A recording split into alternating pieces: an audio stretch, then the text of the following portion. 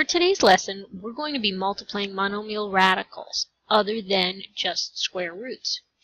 If you'll notice in the first example, we have the cubed root of 3 times the cubed root of negative 9. We know it's a cubed root because of this index right here. So what do? The first thing we do is make sure that they're both the same index. So if I look at the second one, I also have a 3. That's good. When it's the same index, we can put it under the same radical sign.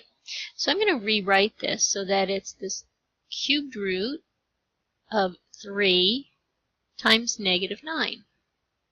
3 times negative 9 is negative 27. So this becomes the cubed root of negative 27. So now I think to myself, what number times itself 3 times gives me negative 27? Well, if you remember, negative 3 times negative 3 times negative 3 gives you negative 27. So our answer is negative 3. It comes out evenly. Okay? The next example, what's the index? The index in this one is 4th root. Okay? 4th root in both of them. So again, we can put them under the same radical sign. In this case, I'm going to do things a little bit differently. I could do it the same exact way, but in this case, I'm going to rewrite 8 as 2 times 2 times 2. That's my 8. And then 32 is 2 times 2 times 2 times 2 more, which gives 16, and 2 more, which gives me 32. So now I've rewritten the 8, I've rewritten the 32 in their prime factors.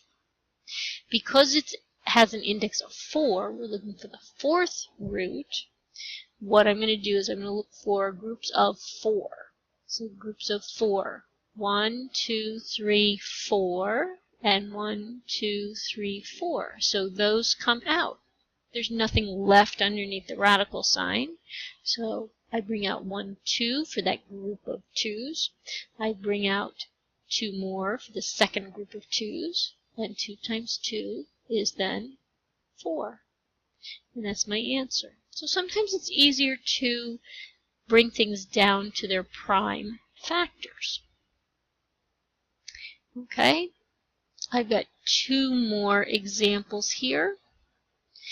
This next one again is a cubed root. You can see by the index of a 3 here.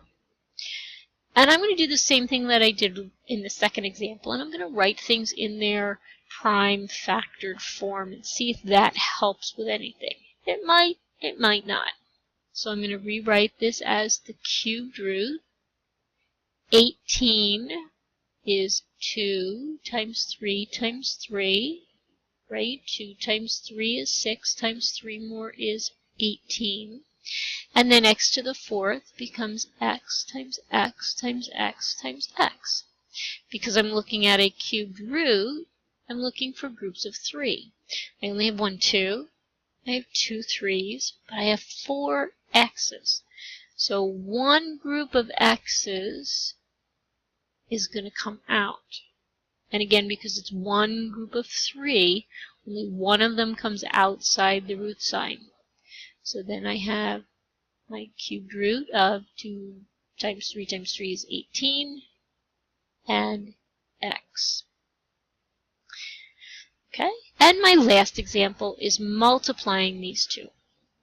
Again, these are cubed roots because of the index of 3. And I'm going to do the same kind of thing and look at prime factors. So it becomes the cubed root.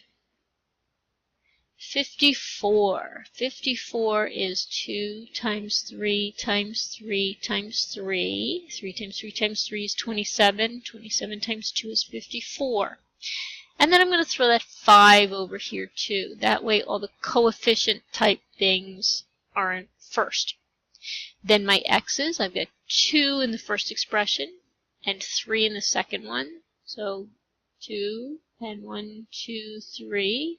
And my y's, I've got 3 and 4. So 1, 2, 3, 4, 5, 6, and 7.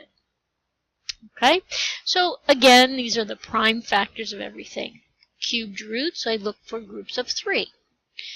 My group of 3 3's, I have a group of 3 x's, and I have 2 groups of 3 y's.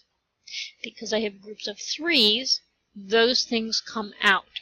So on the outside of my radical sign, I'm going to have 3xy squared. And then the cubed root, 2 times 5 is 10. 2 x's, so that's x to the second power, and 1 y. That's my final answer. I hope this helped. Remember, look for prime factors and look for the groups indicated by the index.